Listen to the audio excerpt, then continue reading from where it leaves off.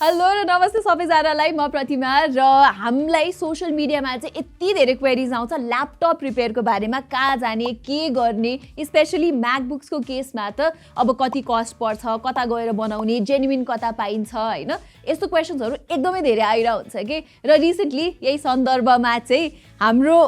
यो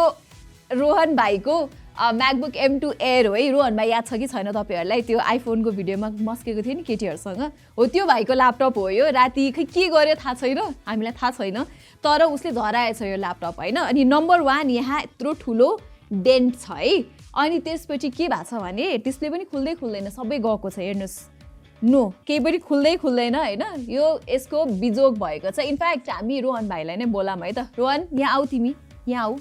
यो के गरेको तिमीले यो आफ्नो ल्यापटपको हालत हेर।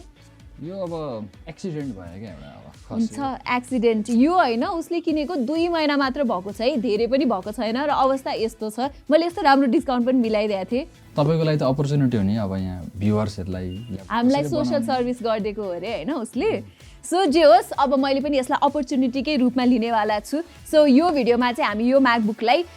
रिपेयर गर्न लाग्छौँ है त। हामीले जे होस्, अब हामीले त होइन, तिमी जान्छौ होइन। सो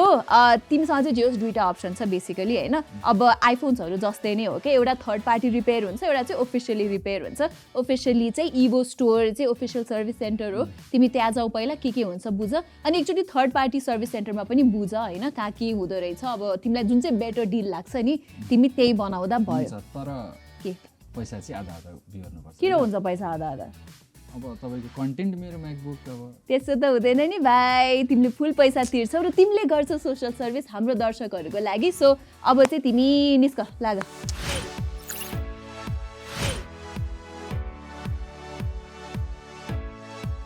ल अब तपाईँहरूले सुनि नै हाल्नुभयो, दिदीले भन्नुभएको थियो 2वटा अप्सन छ हामीसँग ल्यापटप रिपेयरको लागि। एउटा भनेको अफिसियल माध्यम इभो स्टोर नि भइहाल्यो, र अर्को भनेको चाहिँ थर्ड पार्टी रिपेयर भयो। थर्ड पार्टी रिपेयर चाहिँ अब हामी यहाँबाट रिसर्च गर्छौँ कहाँ हो भनेर।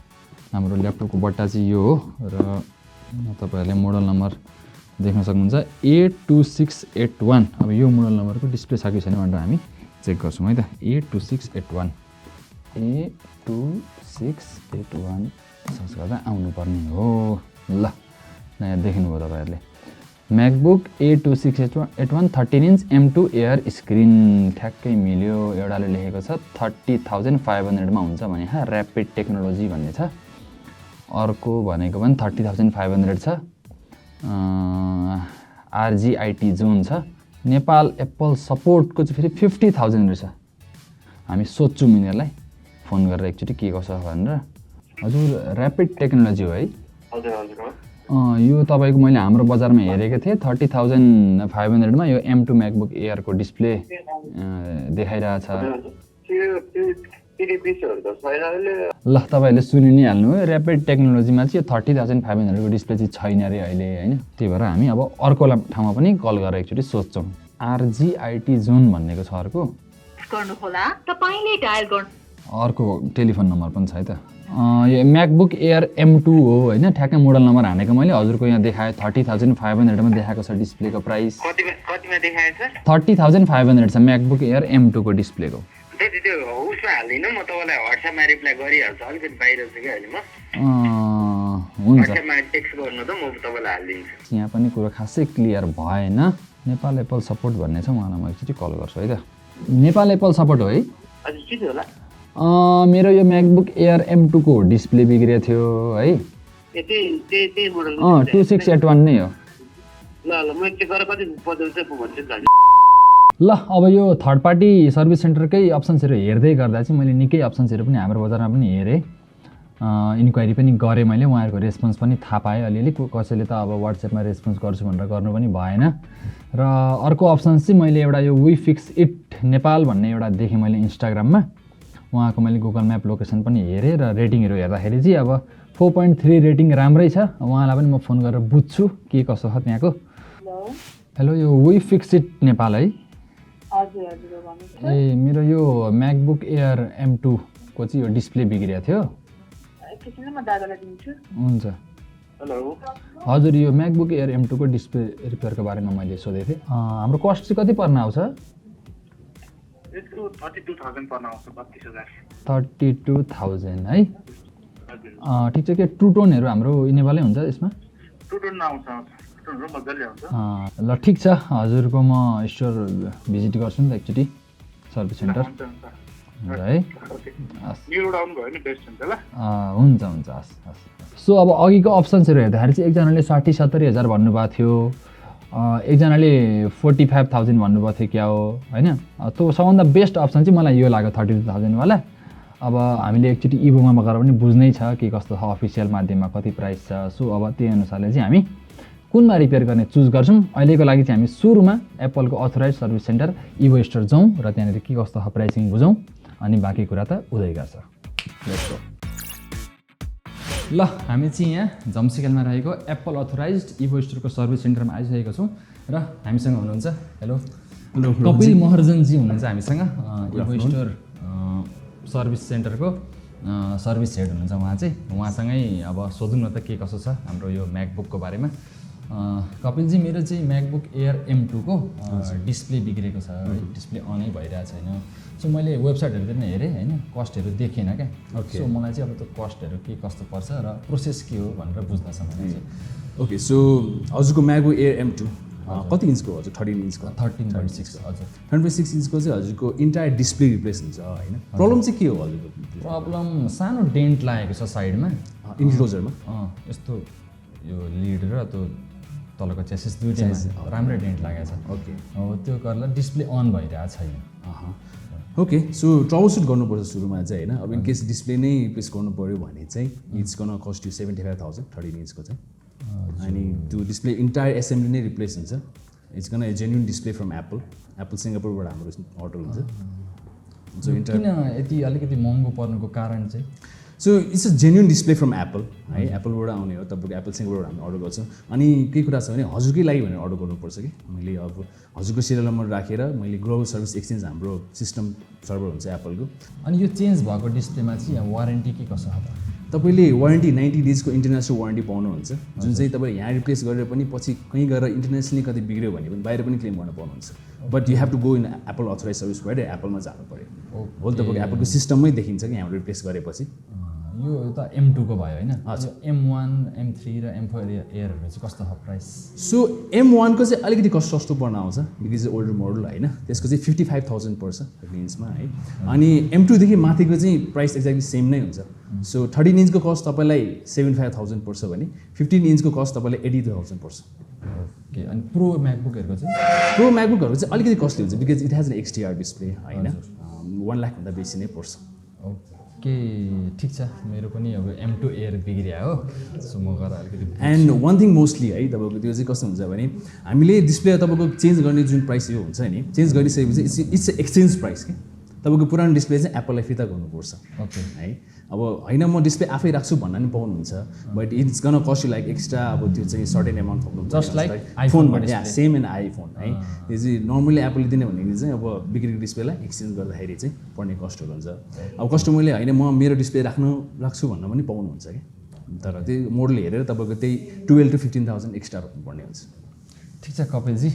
थ्याङ्क यू सो मच म म्याकबुक बनाउने भयो भने चाहिँ यहीँ भिजिट गर्छु है त स्योर होइन है आउनुहोस् न यति महँगो पर्ने रहेछ यार म्याकबुकको डिस्प्ले चेन्ज यति महँगो पर्छ भन्ने थाहा भएको त मैले डिस्प्ले फुटाउँदिनँ थिएँ यार ल साथीहरू तपाईँ देख्न सक्नुहुन्छ हामी चाहिँ वी फिक्सिटमा आइसकेका छौँ यो न्यु रोडमा रहेको वी फिक्सिट हो ल भित्र जाउँ न त अब के कसो हेलो दाइ के छ खबर मैले हजुरलाई फोन गरेको थिएँ नि म्याकबुकको यो M2 एयरको लागि म्याकबुक झऱ्यो होइन राम्रै डेन्ट लागेको छ यहाँनिर मेन समस्या भनेको चाहिँ यसको डिस्प्ले चल्न छोड्यो डिस्प्ले ब्ल्याकआउट भयो अब त्यही भएर अब कन्ट्याक्ट गरेर आएको छु बनाउनलाई बनाइन्छ आइफोनहरू सर्भ गराइन्छ यो म्याक पनि हामीले बनाइदिन्छ एकछिन मोडल हेर्छु हेर्नुहोस् न यदि ब्ल्याकआउट भएको छ भनेदेखि तपाईँको डिस्प्ले फेरि भने चाहिँ प्रोपरली सबै काम गर्छ अनि अब यो हुन चाहिँ खासमा कसरी भएको खसेर झ्यामै खस्यो अनि त्यो यो कुनामा इम्प्याक्ट पर्यो अब डिस्प्लेलाई परेछ मेन चाहिँ यसको इम्प्याक्ट त्यही भएर अब चल्नु ठिक छ यसलाई डिस्प्ले फेर्ने बित्तिकै तपाईँको भइहाल्छ डिस्प्ले चाहिँ कस्तो हुन्छ त्यो पनि म देखाइदिन्छु तपाईँलाई ल हजुर देखाइदिनुहोस् न डिस्प्ले चाहिँ यस्तो आउँछ ल हजुर यो चाहिँ तपाईँको LCD प्यानल भन्छ यसलाई यो फुल एसेम्बली भयो होइन हामीले चाहिँ के गर्छौँ भन्दाखेरि यो जुन प्यानल हुन्छ नि त्यो मात्रै चेन्ज गरिदिन्छौँ त्यो चेन्ज गरेपछि तपाईँको ओरिजिनल जेन जस्तै हुने भयो ओरिजिनल जुन लाइटहरू बक्सहरू सबै जे छ नि सबै त्यही एज युजल तपाईँको ट्रु टोनहरू पनि हाम्रो अन हुन्छ ठिक छ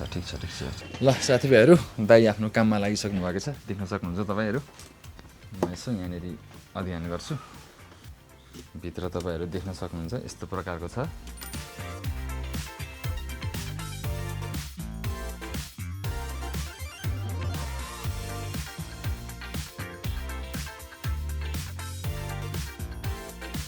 मजाको छ ऐना पनि रहेछ नि त यहाँ हल्का कपाल मिलाइदिउँ न त हेन्डसम मान्छे केही गर्नु पर्दैन यो नयाँ डिस्प्लेलाई चाहिँ अब हामी फिट गर्न गइरहेछौँ दाइले यहाँ अब ल एप्पलको लोगो बलिसकेको छ डिस्प्लेमा देख्न सक्नुहुन्छ तपाईँहरूले यसको मतलब डिस्प्लेले चाहिँ काम गर्न थाल्यो भन्ने सङ्केत हो ल फाइनल चेक गरौँ एक्चुली डिस्प्ले के कस्तो छ भनेर मजाले रेस्पोन्सिभ छ ट्र्याक प्याडहरूको होइन अब म ट्रु टोन चेक गर्छु हाम्रो ट्रु टोन अफ भइरहेछ अन भइरहेछ नो प्रब्लम यसमा अब यसको क्यामेरा चेक गरौँ त्यसको लागि म फोटो बुथमा जान्छु ल मजाले वर्किङ छ क्यामेरा यसको क्वालिटी अझै राम्रो आउँछ मलाई ओहो ल निकालिदिए पनि ल दाइ अब यसलाई फाइनल ऱ्यापअप हान्दिउँ ल अनि हामी यसलाई लिएर जान्छौँ ल फाइनल्ली हाम्रो म्याकबुक चाहिँ तपाईँहरूले यहाँ देख्न सक्नुहुन्छ मजाले डिस्प्ले वर्किङ कन्डिसनमा रेडी भइसकेको छ हामीले सबै प्रोसेस तपाईँहरूलाई देखाइ नै हाल्यौँ कसरी यहाँ बन्यो भनेर एकदमै जेन्युन पारामा र अब फाइनल्ली अर्को एउटा काम बाँकी छ के भन्दाखेरि पेमेन्टको ल हाम्रो 32,000 भन्नुभएको थियो हजुरले अब डिस्काउन्ट गरेर कति हुन्छ हजुरले भनिदिनुहोस् न त मलाई कति पर्छ फाइनल 32,000मा मैले अलरेडी फिक्स प्राइस नै गरेर आउँछु गर्न चाहिँ तर त्यही पनि हजुरहरूको रिक्वेस्टमा मैले 500 चाहिँ लेस गरिदिएँ ल ठिक छ मैले 31,500 हाल्छु 31,500 ल ठिक छ यही क्युआरमा हालिदिउँ है हुन्छ यो हाम्रो पुरानो डिस्प्ले भयो बिग्रेको यसलाई पनि हामी लिएर जान्छौँ के थाहा कुन दिन के को लागि काम आउँछ यो थाहा छैन तपाईँले म्याकबुकको डिस्प्ले फेर्नु भएको छ 2681 यसमा केही समस्या भयो भने 15 देखि 20 दिनसम्म अथवा 15 डेजसम्म हामीले चाहिँ दिइरहेको हुन्छ तर पनि 1-2 डेज तलमाथि भयो भने केही फरक पर्दैन लिएर आउनुहोस् हामी अब केही समस्या अब चेक गर्नुहोस् लगाएर होइन के भएछ भने लिएर आउनुहोस् हामी गराइदिन्छौँ है ल ठिक छ अहिलेलाई चाहिँ हामी लाग्यौँ है त ल थ्याङ्क यू ल साथीहरू तपाईँहरूले देखि नै हाल्नुभयो प्रोसेस कसरी म्याकबुक रिपेयर हुन्छ थर्ड पार्टी सर्भिस सेन्टरमा भनेर अब चाहिँ हामी यो म्याकबुकलाई लिएर अफिस जान्छौँ र ओरिजिनल डिस्प्लेसँग यसलाई कम्पेयर गरेर हेर्छौँ कि डिफ्रेन्स कति आउँछ भनेर सो अहिलेलाई चाहिँ हामी अफिसतिर जाउँ र बाँकी कुरा त्यहीँ गरेर गरौँ मैले दिदीलाई पनि त ल्यापटप देखाउनु पऱ्यो ल हेर्नुहोस् भनेर जाउँ ल एभ्रीबडी हाम्रो म्याकबुक हाम्रो होइन रोहन भाइको म्याकबुक बनेर आइसकेको छ यहाँ छ बनेको 32,000मा बनेको M2 म्याकबुक एयर र यो चाहिँ हाम्रो अफिसमा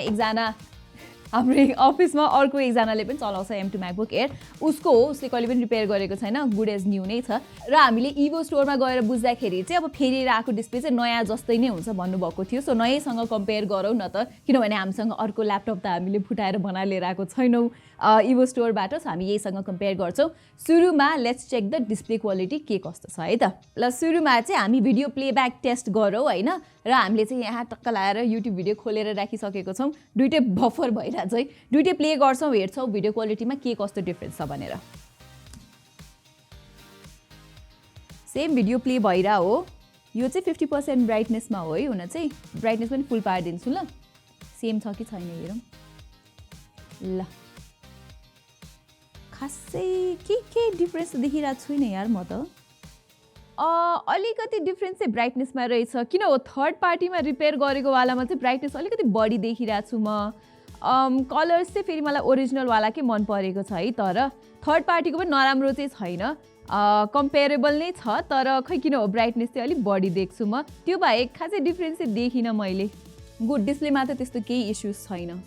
एटलिस्ट भिडियोहरू हेर्दाखेरि केही पनि डिफ्रेन्स छैन नेक्स्ट भनेको चाहिँ लेट्स सी होम स्क्रिनमा जाऊँ न त होम स्क्रिनमा पनि त्यस्तो केही टच इस्युज टच त किन हुन्छ र तर त्यस्तो केही अब स्टटरहरू त्यस्तो केही पनि फिल भएको छैन है मलाई एकदमै स्मुथ नै लागिरहेछ नेक्स्ट भनेको चाहिँ अब ब्ल्याक लेभल्स पनि चेक गरौँ भनेर हो हामीले चाहिँ डिस्प्लेमा वालपेपर पुरै ब्ल्याक राखेको छौँ र तपाईँले हेर्न सक्नुहुन्छ केही डिफ्रेन्स छैन है मलाई अब डिफ्रेन्ट एङ्गलबाट हेर्छु है म नो डिफ्रेन्स अब तपाईँहरूले देखिराख्नु भएको छ कि छैन I don't think there is any difference जे होस् डिस्प्लेको क्वालिटीमा चाहिँ आई एम क्वाइट सेटिस्फाइड तर एउटा कुरा चाहिँ मैले के नोटिस गरेँ भने मैले यस्तो एजेसहरूमा यहाँ छुँदाखेरि चाहिँ एकदमै सिमलेस फिल हुन्छ होइन तर यहाँ चाहिँ अलिकति रफ फिल भएको छ क्या मलाई डिस्प्लेमा फेरि निकालेर उकालेर टाँसेको हो नि त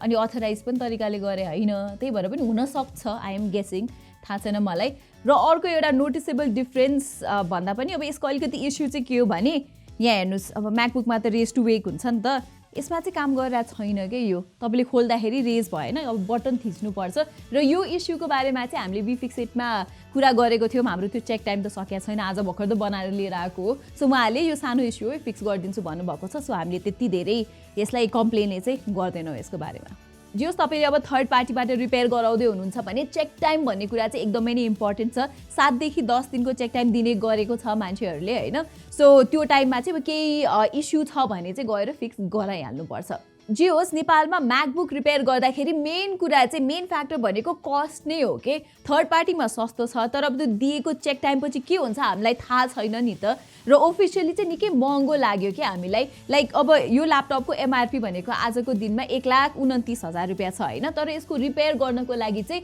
75,000 रुपियाँ लाग्छ which is almost 60% of the price निकै महँगो हो अब गल्ती उसको पनि होइन कि एप्पल केयरको बारेमा वारेन्टीको बारेमा इन्स्योरेन्सको बारेमा खासै मार्केटिङ गरिएकै देख्दिनँ कि म चाहिँ सो नर्मल मान्छेहरूलाई थाहा नै छैन रियालिटी अफ एप्पल केयर के हो वारेन्टी के हो कसरी क्लेम गर्ने कसरी के गर्ने केही पनि थाहा छैन एकदमै कन्फ्युजिङ छ कि अनि अब बजारमा ल्यापटप म्याकबुक किन्न जाँदाखेरि चाहिँ कुनै पसलले वारेन्टी दिने कुनैले इन्स्योरेन्स दिने कुनैले दिँदैन क्लियर स्टोरी कसैलाई पनि थाहा छैन र नाउ द्याट हाम्रो यो कुरामा चाहिँ नजर परिसकेको छ किनभने हामीले आफै गर्नु पर्यो नि त एउटा रिपेयर हामी चाहिँ एप्पल केयरको बारेमा वारेन्टीको बारेमा इन्स्योरेन्सको बारेमा अब अर्को भिडियो बनाएर तपाईँहरूलाई पुरै इन्फर्मेसन दिनेछौँ स्टेप बाई स्टेप के कसरी हुन्छ नेपालमा भनेर सो त्यो भिडियो नछुटाउनको लागि चाहिँ हाम्रो च्यानललाई आजै सब्सक्राइब गरिहाल्नु होला र नेपालमा हुने यस्तै इस्युजहरू टेक रिलेटेड कुन टपिकको बारेमा चाहिँ तपाईँहरू भिडियो हेर्न चाहनुहुन्छ तल कमेन्ट्समा हामीलाई भन्न नबिर्सिनु होला यति भन्दै म प्रतिमालाई बिदा दिनुहोस् thank you so much for watching